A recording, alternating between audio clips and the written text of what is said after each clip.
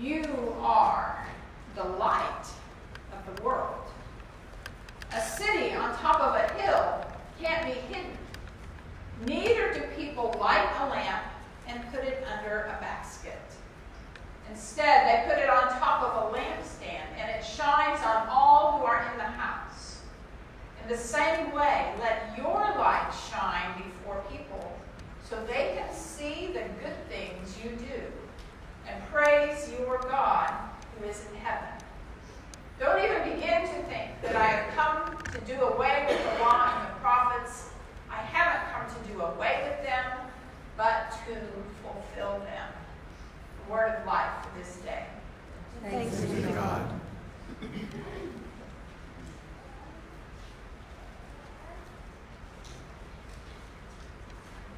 Mostly traveling circuses are from another era, a much earlier era. But I do remember one time going to a traveling circus.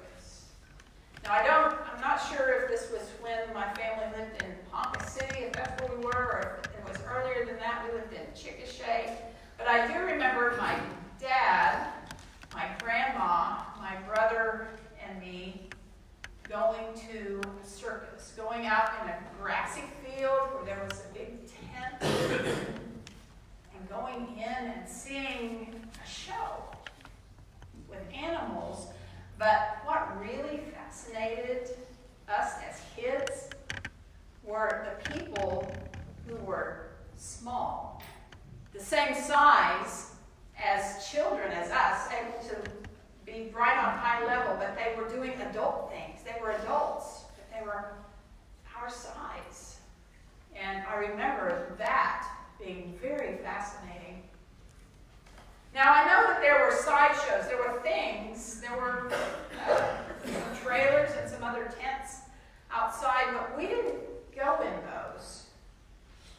You see, my dad was a minister, and he was always one to treat people with dignity and compassion. And I think that he knew that to go in those sideshows was to go to observe someone's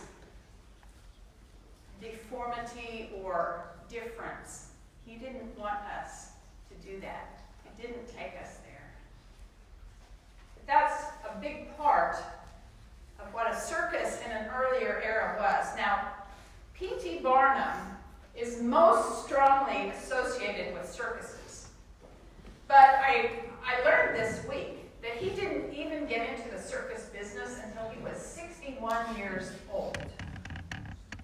He had other businesses that made him famous and made him a fortune, made his reputation as a showman, entertaining people with what were called museums, theatrical acts, and lively shows that were things that people didn't see otherwise. And P.T. Barnum was the first to bring what was called freak shows to middle and upper class America. And what this was he employed people who had physical differences. And so he had someone that he called the world's smallest man and the world's tallest woman, the bearded lady who was depicted in the movie as singing the song that the choir just did. Siamese twins he had as part of the show, part of the act. In this movie about him, one of the lines from the song is quoted there on the front of your bulletin, if you want to look at that. It was part of what we just sang, ending with that phrase, "No one will love you as you are." So here's where P.T. Barnum becomes such a mixed bag. He was a humanitarian who put humans on display to be gawked at, and those things just don't fit together. He was very active in anti-slavery politics. He was active religiously as a universalist. He was very pro-morality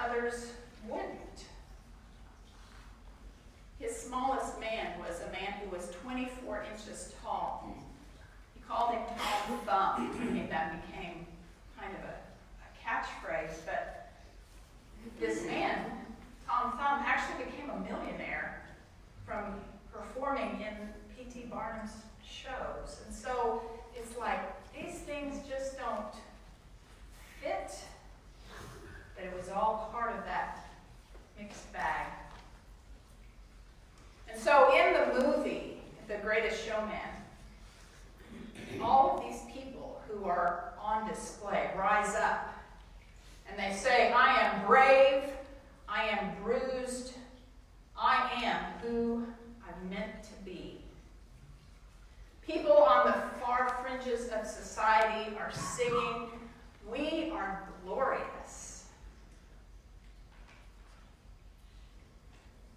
So 1800 years before Barnum, there was another one who could really attract a crowd outside of town to a grassy area, and we called him Jesus.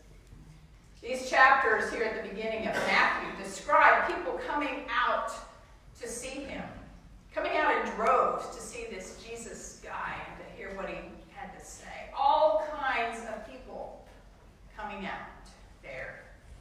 People who were well regarded, people who were on the far fringes of society, people who treated others with dignity and compassion, and people who did not.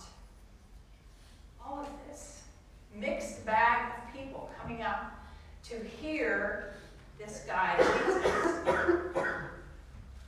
And the way the story is told in Matthew is that he looked up at the crowd and he said, "You are the salt of the earth." Now, I kind of wonder, how did that phrase, the salt of the earth, come to mean people who are down to earth and who give of themselves selflessly? Isn't that kind of what we think that means? But you know what? This crowd that Jesus was talking to, he said, "You are the salt of the earth." They had not been vetted for their selflessness. They were just people who happened to show up that day. And he looked at them and he said, "You are the salt of the earth." And they were just people. Maybe he should have said, "You're the salt and pepper of the earth," because there was a mixed bag of people who were there. Looking at people, looking into people, into who they are, and Jesus believed in them. Looking at us, into who we are, some days selfless and some days not. Some days well regarded and sometimes not. Sometimes part of dignified society and sometimes not. And Jesus still looks at us, looks into us, says, "I believe in you. You are the salt of the earth."